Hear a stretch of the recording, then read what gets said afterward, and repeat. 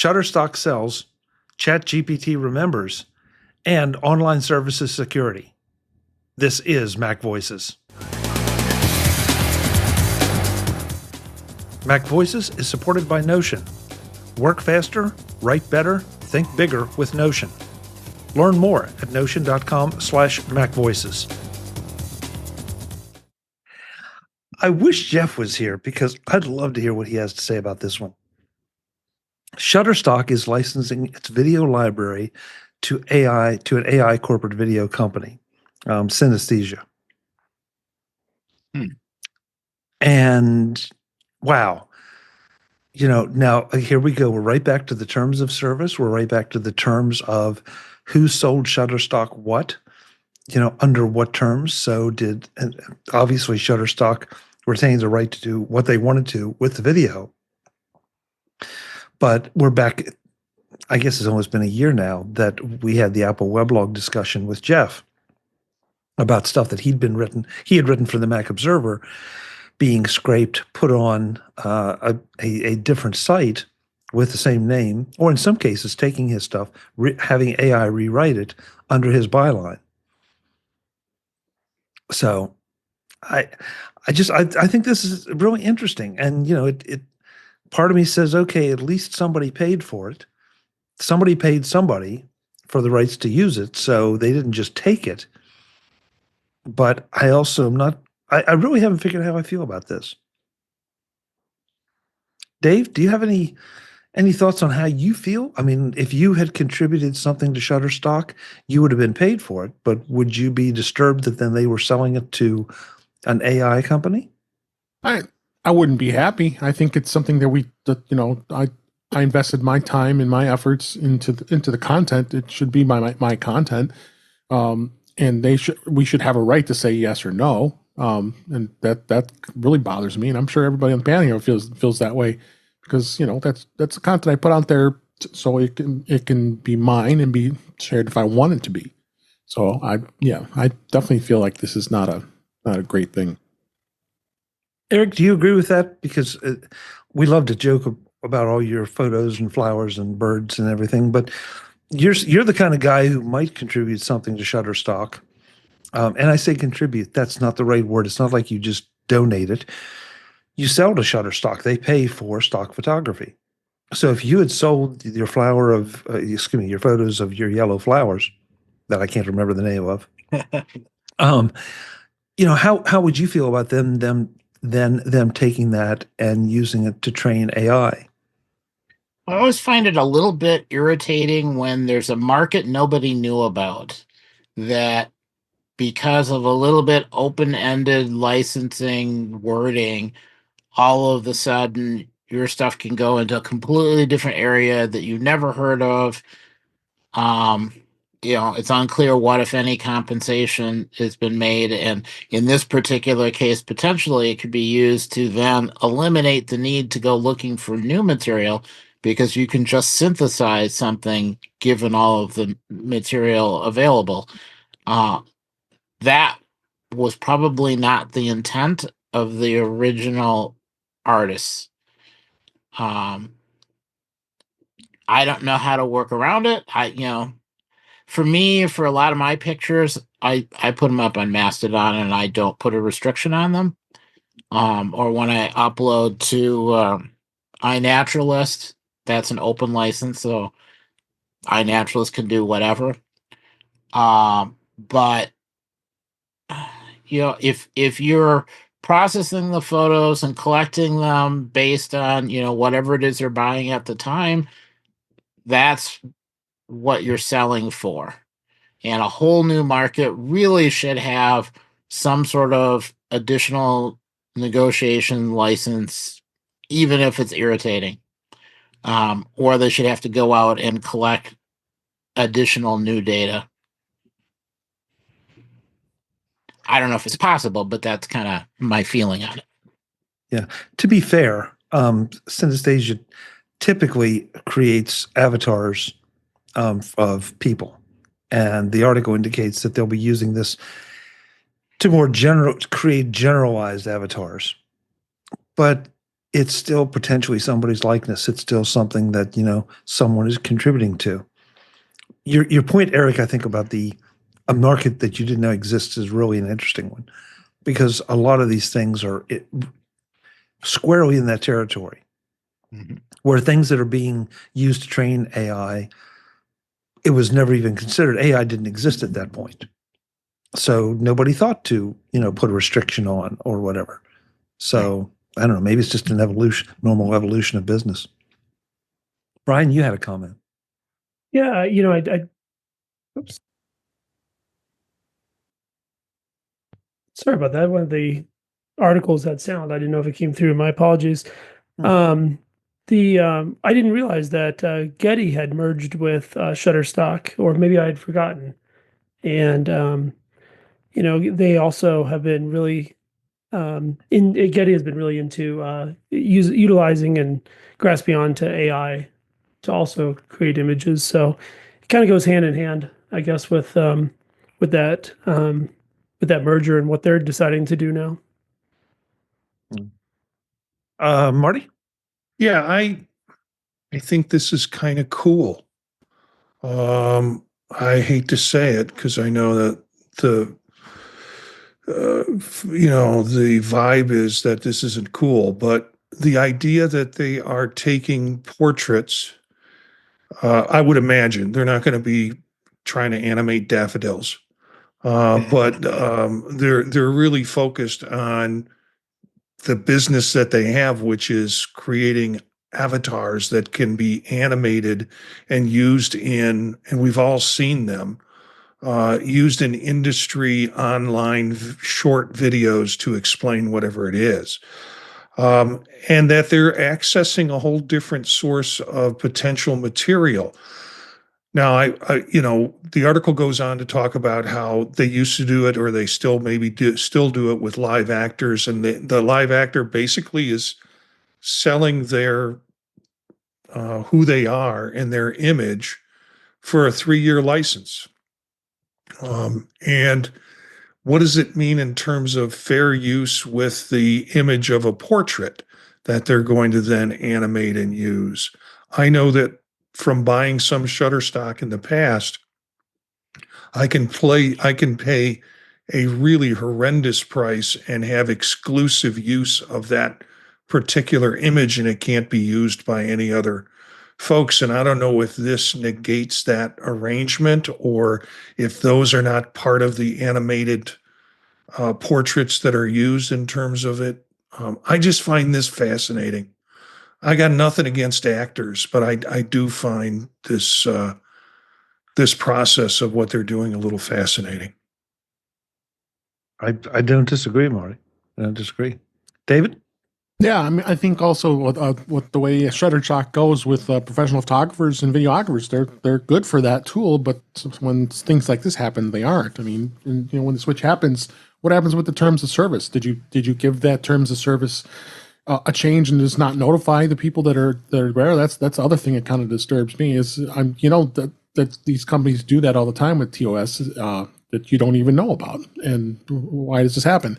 And they're not getting compensated for this if they're going to be selling this off, which is also that's kind of crappy, if I must say. So those are some of the things I also thought about when it came to that too. And I guess it sort of depends on. Well, we're right back to it. If Shutterstock reserves the right to do anything they want with it, then they have the right to do whatever they want with it. Right, but make them aware. Well, but they didn't know that this market was going to be there this year. If they paid for something 4 years ago, 3 years ago. I mean, how many years now? It hasn't been that many years that ChatGPT entered our language. Right. So, Brian, you were made another comment about Getty. Oh, just in the relation to what was it here? Sorry, I just lost my place. Yeah, just of the fact that Getty had made the purchase of had merged with Shutterstock, and then where was it?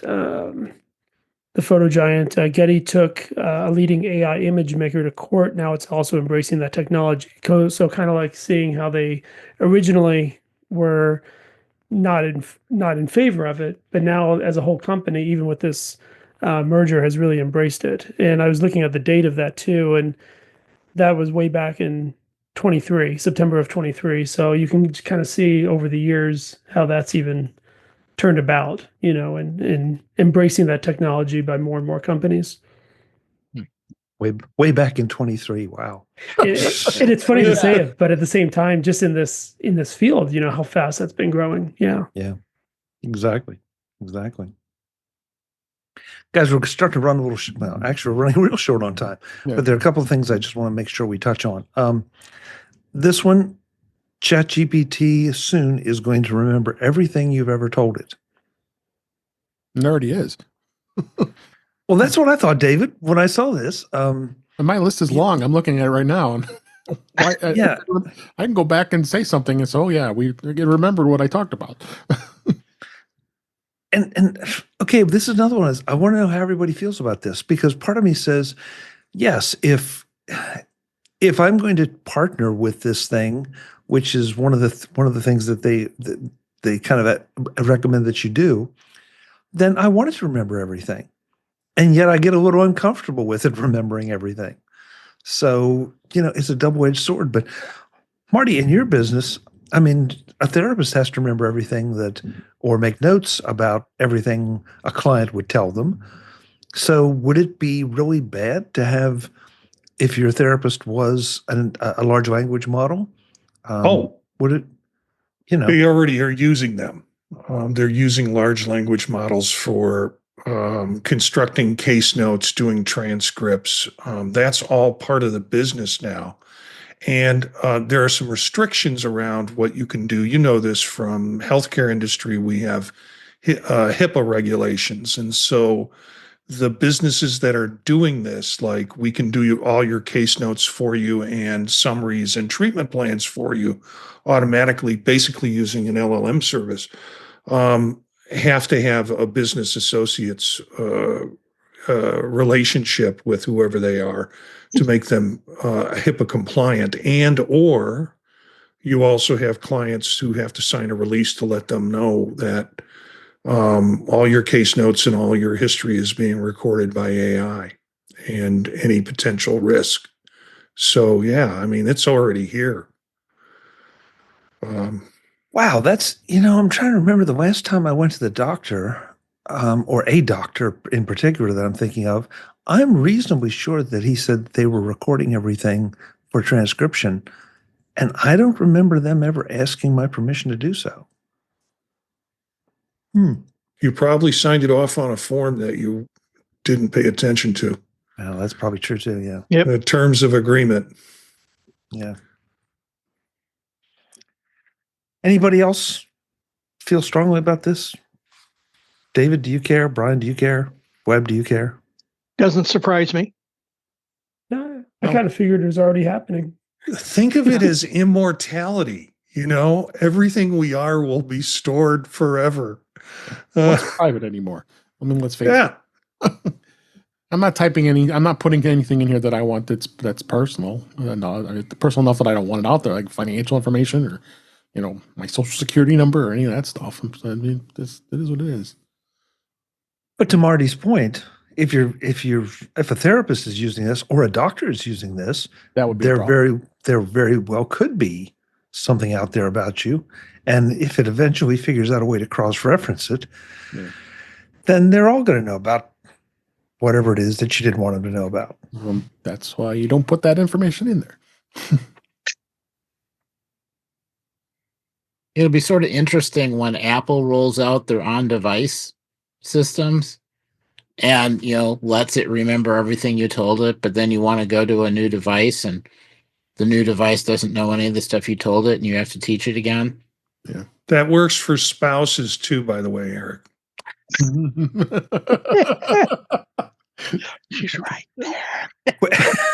Would you care to elaborate on that, Marty, a little bit? Oh, you get a new one, you've got to, it doesn't remember everything you've told it. So, you've got to retrain it. That may be Just the quote human of the, relationships. that may be the quote of the night, that She's got to train it. you get a new one and it No, I'm staying away from that one. Goes the face bump. That's not going to go well later. what was that, Webb? You just washing Just your wipe hands my of hands this? of it. Yeah. Yeah. On a good note. And for the record, I'm on number 2. So yeah, Oh, well, I'm with you. that's wife number 2. So Yes. Yeah. Moving on, because I'm afraid of where this is going to go. Yes. This edition of MacVoices is supported by Notion. Work faster, write better, think bigger with Notion. Learn more at notion.com/MacVoices. If you're part of a team, especially in a fast-paced business environment, staying organized and aligned can be a real challenge. Notes in one place, project plans in another, and don't even get me started on tracking action items. That's why I'm such a fan of Notion. Notion combines your notes, docs, and projects all into one space that's simple and beautifully designed. And now, with Notion AI fully integrated, it's like having a smart assistant that works right alongside you. No switching between tools or platforms, just one seamless experience to manage everything from strategy docs to client updates. Notion is your one place to connect teams, tools, and knowledge, so you're empowered to do your most meaningful work. Whether it's writing a proposal, summarizing meeting notes, or drafting a client email, Notion AI helps you work faster, write better, and think bigger, all in a fraction of the time. And it's not just for small teams using it. Over half of the Fortune 500 companies rely on Notion to streamline communication, reduce unnecessary meetings, and keep everyone on the same page. Try Notion for free when you go to notion.com/MacVoices. That's notion.com/MacVoices, all lowercase, to try the powerful, easy-to-use Notion AI today. Using my link supports the show and helps you get more done. One more time, notion.com/MacVoices. Thanks to Notion for supporting MacVoices. This is sort of a PSA thing at 2 levels. Fast Company pointed out a great free tool that brings pixel quality image sharpening to any device. There's a company called Topaz Labs that does some amazing things, but it is pay-for software. Expensive too. This is, yes, it's expensive, but I'll tell you what, it works. For a long time, when we didn't have the resolution here for MacVoices Live, we were getting a lower res. I was upscaling using one of Topaz's products. Now we've got up to 1080p, so I really don't need to do it anymore. But it was giving back detail and clarity that you just, otherwise you would have noticed it, that it was definitely lower quality. This seems to be along those lines. I've not tested it, I'll tell you right now, but everything that looks here says that it's going to have some of those same algorithms and do a great job. The reason I wanted to bring this up, first of all, is if you have something that you need sharpened, by all means, take a look at this. But keep in mind that you are uploading that photo. There you go. And so you don't know what's going to happen to that photo afterwards. And so if you want to use this, look at their terms of service hard, because we may be going back to the discussion about, are you inadvertently training AI? Are you inadvertently giving someone else your image to train AI? Now, if you're uploading the image of your cat Sabretooth, then who cares? But if you're uploading something of a more personal nature, family pictures or child's pictures or whatever, you may want to rethink it. So it's a potential tool for you to use, but also there's a big caveat. Anytime you're using any one of these online services that ask you to upload something to it, and that includes something like the podcast enhancer from Adobe, you've sent that data to them. They're potentially can do something with it. Just be aware. Just real quick, Yeah, has anybody ever seen a pricing model like this before? This is the first time I've seen something like this. I'm looking at the pricing model for what is it, Unblur Image. And David, you mentioned that it was not cheap, but It's on a per credit basis, do it for a subscription. So anyway, unusual pricing model. That's all I'm saying. You can do it as a subscription or as a one-time payment. But anybody seen it like that? Yeah, but you're still uploading the photo. Yeah, separate issue. Yeah, separate. Okay. It's the pricing model just struck me as odd. So, well, you buy so many tokens or so many hours or so many minutes or whatever, and because there's that pricing model with the service I use to enhance. Here we go again, to enhance the audio of MacVoices. That I buy so many minutes, either in bulk or as I go or whatever, and that's it. Or I can buy a subscription and get an automatic refresh every month for so many minutes. So I just hadn't seen it. That's my only point. Well, I think web.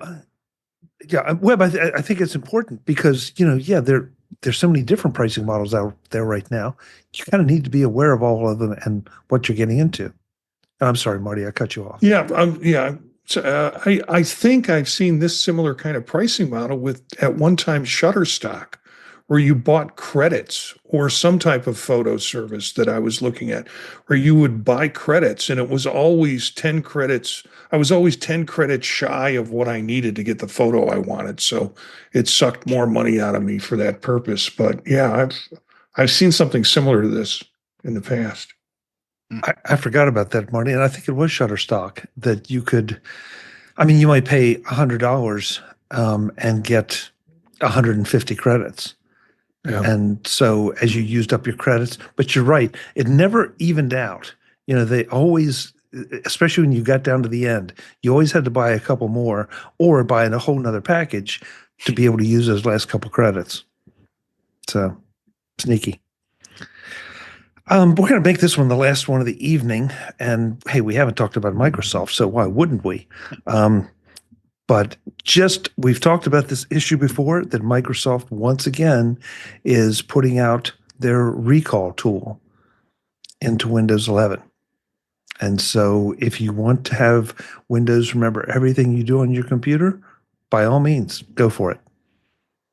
But a minute ago, we were concerned with ChatGPT remembering everything.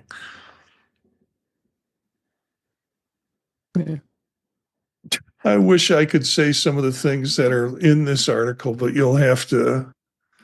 After the titles in this article are that groan. Oh yeah, yeah. There is a particular word that has come into the English language that it's probably not appropriate to use on this show. Yeah.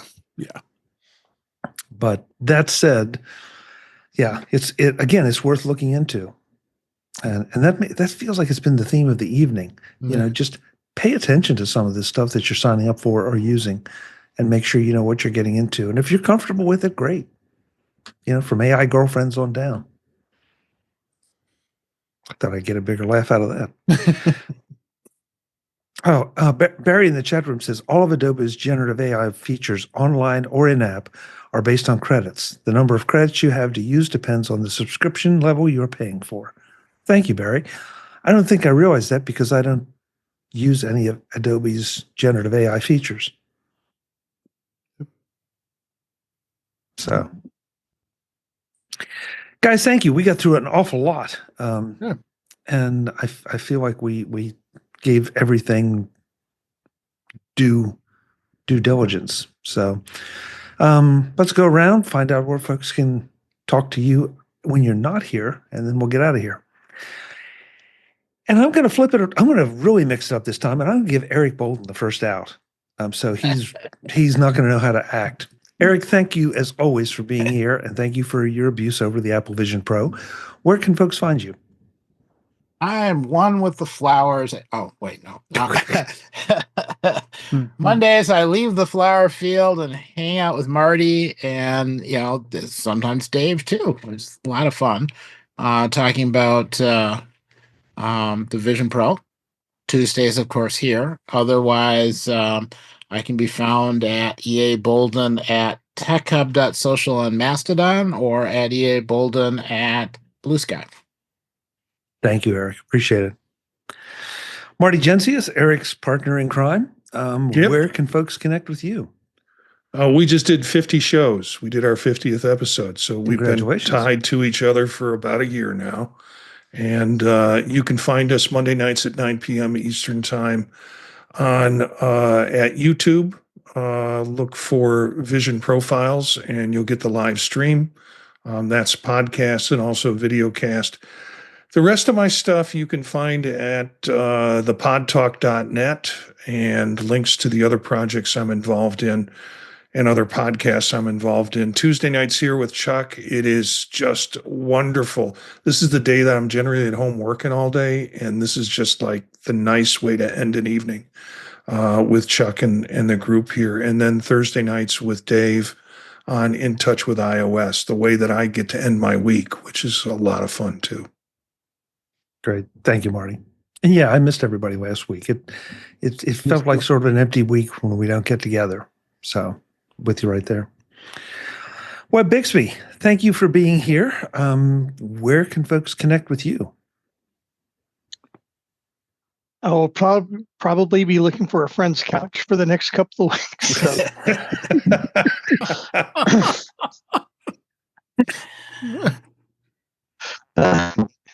Oh, I got another joke, but I'll save it for another time. You can find me. I'm going to stick with Blue Sky. So Web Bixby at the Blue Sky World, WEBBIXBY. Great. Thank you, Web. And if she's upset, tell her to call me and I'll talk her off the ledge. And Webb's not about to trust me to do that. No, she's met you, so you know. It's the rest of these idiots that I don't know if I'm. Bring her to MacStock next year. Then she can meet everybody, and then she'll know. Excuse me, this year, yeah. Webb's not saying anymore. Yeah, she's. I'm going to Illinois. She's going to Oklahoma. So. Oh, okay. Well, whatever. Brian Flanigan-Arthurs, thank you so much for being here. I know that it's a stressful time for you with the testing, but we always appreciate you stopping by. Where can folks connect with you? Thank you so much. It's a pleasure always stopping by here too. I usually don't plug too many things other than being here most every Tuesday evening. But on my website, I uploaded a couple of presentations that I'll be giving in a couple of weeks. So definitely that's a good place to reach out to me if you need anything. And then also, if you want to check out some presentations, I'll be providing too. And that's at brian8944.com. You're muted, Chuck. Did it again. Brian, thanks so much. Really, really appreciate it. Last but absolutely not least, David Ginsburg, the sunshine of our evening. Or whatever. David, where can folks find you, as if I didn't know? Well, you can find me because I got to celebrate the Vision Profiles 50th episode. Thank you for having me on the show. It was a lot of fun, so check that out. But all the times I'm at In Touch with iOS, intouchwithios.com. The YouTube channel is youtube.com/intouchwithios. I'm here on Tuesday nights, and I'm on the Mac Show on the British Tech Network on Fridays, as well as you can find me on both Mastodon and Blue Sky at Dave G65. Thank you. Great. Dave, thanks so much. We should also point out that Dave is using a new mic tonight, so he sounds a little more like Barry White than normal. I must have the bass up. Maybe I still do some adjusting here. Would you like to sing us out? No, I wouldn't like to do that. No, I wouldn't like it either. So thank you. Folks, this is MacVoices Live. We do this Tuesday nights, 8 p.m. Eastern. We do it every night. I definitely want to thank the chat room for participating tonight. They brought up some great points and asked a lot of good questions. We always love having our friends in there as well as our friends here on the screen. I need to apologize again for my voice. I'm still struggling with this a little bit, but hopefully I can get it resolved by next week. So I will do my best to edit out the coughs and everything. With that, as always, thanks for watching. Visit MacVoices.com for show notes and to connect with Chuck on social media. Get involved in our Facebook group or like our Facebook page, and get more out of your Apple tech with MacVoices Magazine, free on Flipboard and on the web. And if you find value in it all, consider supporting us through either our Patreon campaign at patreon.com/MacVoices or by making a one-time donation via the PayPal link on our front page and in the show notes of each episode. You will join these fine people who help bring you Mac Voices.